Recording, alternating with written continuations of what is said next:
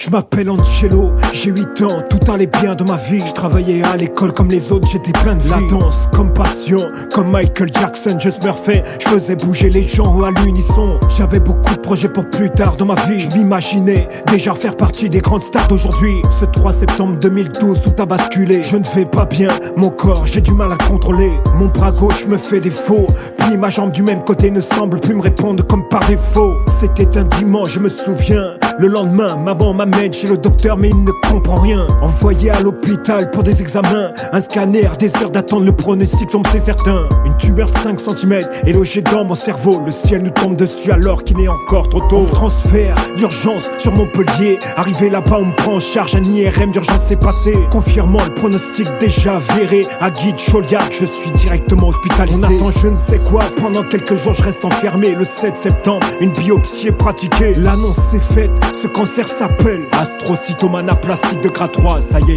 il est nommé. Placé sur le thalamus droit de mon cerveau, j'apprends des termes médicaux même si pour mon âge c'est bien trop tôt. Le 9 septembre, je rentre à la maison.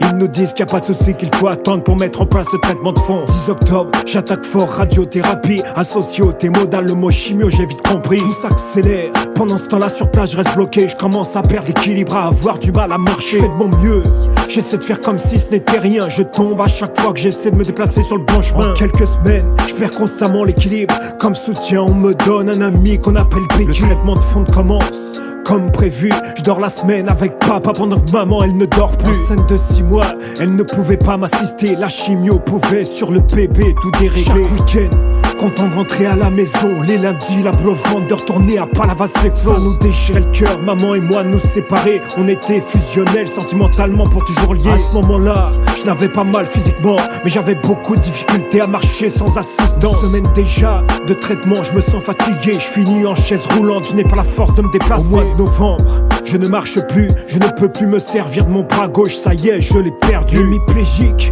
à contre-cœur je subis. Ce n'est pas la suite logique, mais j'y crois, je suis encore en vie. Le 5 novembre, on fête ensemble tous mes 9 ans. J'ai le sourire malgré que je sois en fauteuil roulant. Je suis triste au fond de moi, on peut le voir dans mes yeux. Tout le monde y croit autour de moi, donc je ne lâcherai pas pour eux. 17 novembre, à l'hôpital, maman part accoucher. C'était un week-end, j'ai pu être là pour en profiter. À m'asseoir sur mon fauteuil, elle m'a aidé. Nous nous sommes pris dans les bras et mis à pleurer comme jamais. Je suis parti, maman a continué de pleurer. J'ai dû avec papa alors d'elle m'éloigner. Ce mois de novembre, je m'en souviendrai. L'IRM annonçait que la tumeur d'elle-même grossissait. Mes parents, pris de panique, décidèrent d'avoir la vie médicale d'un autre spécialiste. Le 27 décembre, nous voilà à Paris, sous la tour Eiffel, ce jour impossible d'oublier, tellement magique. La suite, direction Gustave Roussy. Le docteur nous recevait, posait le même diagnostic, précisant qu'à ce stade, opérer était impossible. Je repasse un IRM au mois de janvier. Plus de prise de traitement, mais papa est chargé de me surveiller. Ça me détruit petit à petit, ça accélère les choses. Paraplégique, l'aveugle d'un œil, je ne peux plus faire grand chose. La paralysie faciale prend de l'ampleur. Je continue à faire l'effort de sourire d'un côté, mais tout ça me fait peur. Je ne me plains pas,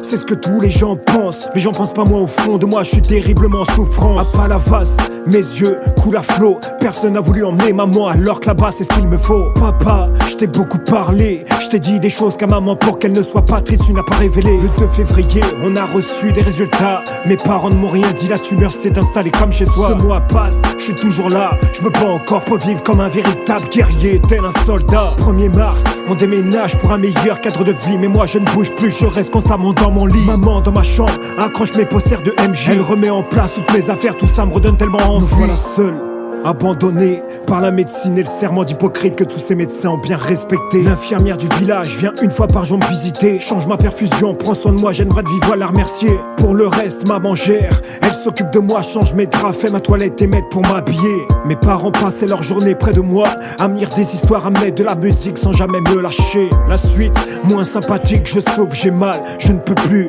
m'exprimer, plus aucune larme sur mon visage n'arrive d'elle-même à glisser. Ce 9 avril, notre médecin prescrit de la morphine pour me laisser partir en paix. La décision par mes parents prise était de ne pas me réanimer.